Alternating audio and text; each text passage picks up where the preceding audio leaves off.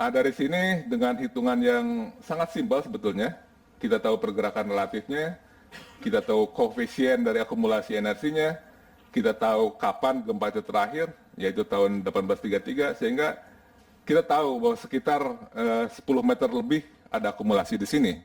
Dan kalau 10 meter itu dilepaskan sekaligus, yaitu 8,9 skala Richternya. Sangat jelas.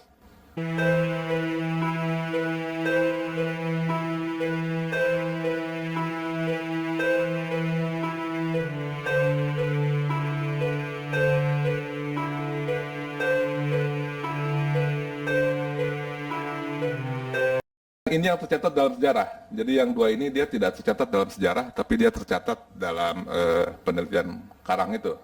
Nah, singkat kata, sebetulnya prediksi gempa di barat, di Sumatera Barat itu, ini dasarnya ini, Pak. Jadi secara garis besar kita bisa bilang bahwa di Sumatera itu ada satu periode yang dimana terjadi banyak gempa besar, begitu ya. Kita bilang sebagai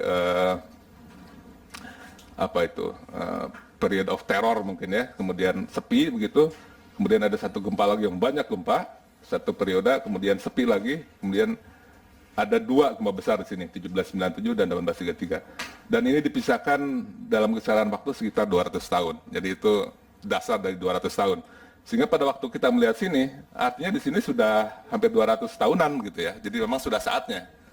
Jadi kita bilang ini potensi ya memang ada dasar yang sangat jelas diterang gitu. Dan kenyataannya memang iya terjadi tahun 2007 kemarin. Tapi kalau kita melihat besarnya pengangkatan yang terjadi, itu tidak sebanding dengan yang dahulunya. Artinya belum semuanya yang dilepaskan, masih banyak yang tersimpan gitu. Nah, kemudian ini dari GPS, kita punya sekitar 34 buah stasiun GPS continuous sekarang di Sumatera yang terus merekam pergerakan lempeng di sana. Pada prinsipnya GPS itu dia merekam kecepatan gerak dari lempeng-lempeng ini. Nah, dari sini kita bisa analisis untuk memetakan sumber gempanya. Jadi yang merah ini di mana terjadi daerah kuncian yang paling tinggi yang mengakumulasi energi gempa itu tadi yang paling besar. Jadi kalau yang merah itu 100%, yang ini 0 gitu ya. Nah, ini lebih dekatnya, jadi memang Padang itu persis ada di depannya yang merah ini. Nah, dari sini dengan hitungan yang sangat simpel sebetulnya, kita tahu pergerakan relatifnya, kita tahu koefisien dari akumulasi energinya, kita tahu kapan gempa itu terakhir, yaitu tahun 1833, sehingga kita tahu bahwa sekitar 10 meter lebih ada akumulasi di sini. Dan kalau 10 meter itu dilepaskan sekaligus, yaitu 8,9 skala Richternya. Sangat jelas. Baik, ini pemetaan yang saya lakukan, yang detailnya menggambarkan raksasa ini begitu ya.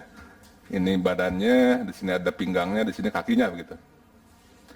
Nah, ini sebetulnya dibuat sebelum yang 2007. Nah, ini ada beberapa skenario, jadi ini yang skenario moderat, yang ini yang worst skenarionya. Ini lebih, ini 9, yang sebelumnya mungkin 8,8 gitu ya. Nah, ini gerakan atau energi yang dilepaskan tahun 2007. Sehingga yang tabungan kita yang sebelumnya ini kan harus dikurangkan dengan itu. Nah, sisanya ini Pak, sisanya ini yang sekarang masih belum dilepaskan. Nah, ini kalau kita hitung-hitung, ini energinya sekitar 8,8, 8,9 gitu. Dan yang merahnya itu kebetulan persis di bawah Siberut, jadi artinya persis di depan Padang. Jadi jelas di sini bahwa ancamannya jelas terang gitu ya, secara ilmiah ada dasarnya. Nah, ini satu perkiraan juga begitu ya. Kalau terjadi gempa di sini, maka yang terjadi kira-kira ini di baratnya Siberut dia akan naik sampai 2 meter. Ini 2 meter begitu ya. Nah, Padang di sini bisa turun sampai 1 meter begitu. Ini yang moderate case skenario. Kalau yang worst case skenario itu Padang bisa sampai 1,5 meter turunnya, kemudian Siberut bisa sampai 3 meter. Jadi kurang lebih sama dengan gempa yang Nias 2005 gitu. Nah, ini kita perhatikan dari hanya dari catatan gempanya ini bisa kita kelihatan gitu ya. Saya mengoverlapkan gambar dari sumber gempanya itu akumulasi, kemudian yang merah ini adalah epicenter gempa dari gempa 2007 nih ya, sebentar. Nah, ini yang 2008. yang 7 ini, yang hijau-hijau ini. Nah ini kalau saya plot semuanya, itu terlihat sekali bahwa gempa-gempa yang terjadi itu mengelilingi yang merah itu. Tapi yang merahnya belum dilepaskan, tetap ada di situ ya gitu. Tetap ada di situ. Nah yang gempa Padang kemarin, itu yang tahun kemarin, yang memakan korban yang banyak, hampir sampai 1.000 itu, dia ada di sini. Saya ini gambarnya salah, nggak diplot di sini, tapi kira-kira posisinya di sini begitu. Nah pada waktu itu pun orang ribut, wah ini kan sudah terjadi, sudah dilepaskan dong gempanya. Nah, sebetulnya tidak, itu tabungannya lain lagi, bukan tabungan yang ini kan BCA. Nah kalau yang kemarin itu BNI itu. Nah di sini kebetulan kita juga ada kerjasama dengan Inggris, dengan BMG juga di sini memasang seismik yang bukan permanen tapi temporari selama 3 tahun gitu. Nah, dari sini kita bisa memetakan lempeng yang masuk di bawah Siberut dan Padang. Nah ini lempengnya yang masuk begitu ya. Nah sumber gempa besar yang kita analisis tadi itu yang merah ini yang kita sebut sebagai zona subduksi atau megatrust begitu ya.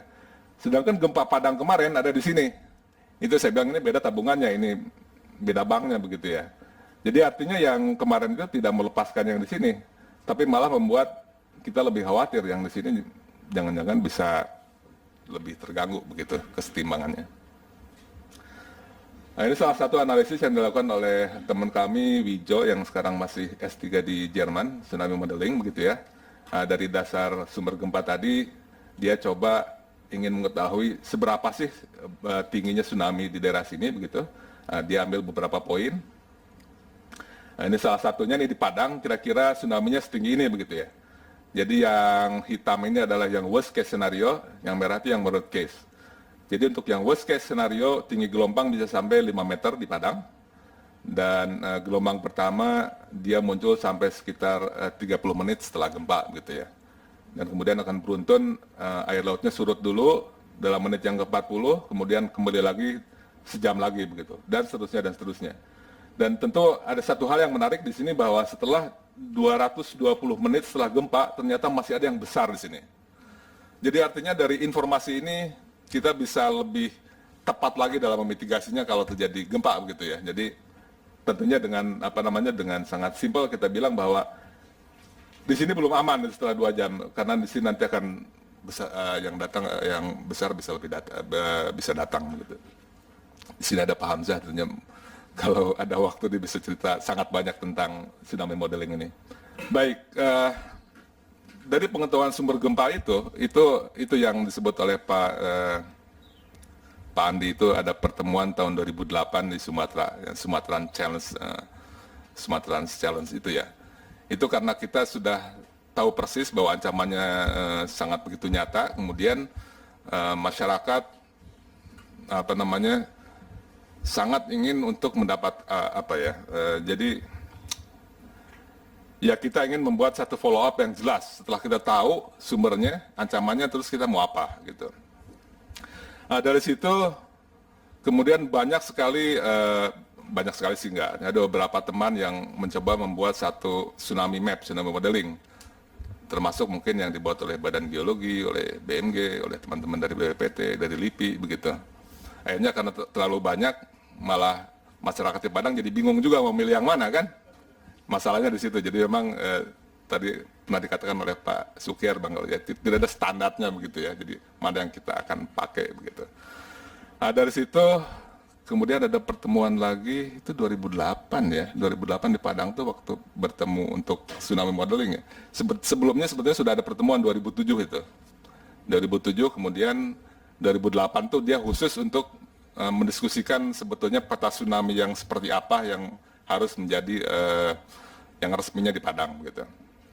Nah dari 2008 itu baru keluar bulan kemarin ya Pak Febrin ya. Bayangkan itu ya, bayangkan kita sudah tahu sumber gempanya, para ahli demikian sabrek-abrek, dari Jerman ada, dari ITB ada, dari Singapura ada, banyak. Tapi perlu waktu 2 tahun sampai bisa finalnya mapnya begitu ya, tidak gampang. Sampai sekarang pun rasanya belum final ya Pak Febrin ya. Nanti Pak Febrin cerita banyak, itu belum final juga gitu ya. Ini saya hanya memperlihatkan satu dua peta yang dihasilkan oleh gabungan para ahli itu, termasuk saya sendiri dari sumbernya, kemudian tsunami modelernya dari Wijo ikut, dari Jerman juga banyak, ada beberapa begitu ya. Jadi ini memperlihatkan wilayah limpasan tsunami di Padang begitu. Di sini ada skalanya. Jadi kira-kira yang di pinggirannya itu ada yang sampai berapa nih? Sampai 3 meter ada ya. Jadi itulah kenapa kita harus membuat peta tsunami dengan sebaik-baiknya.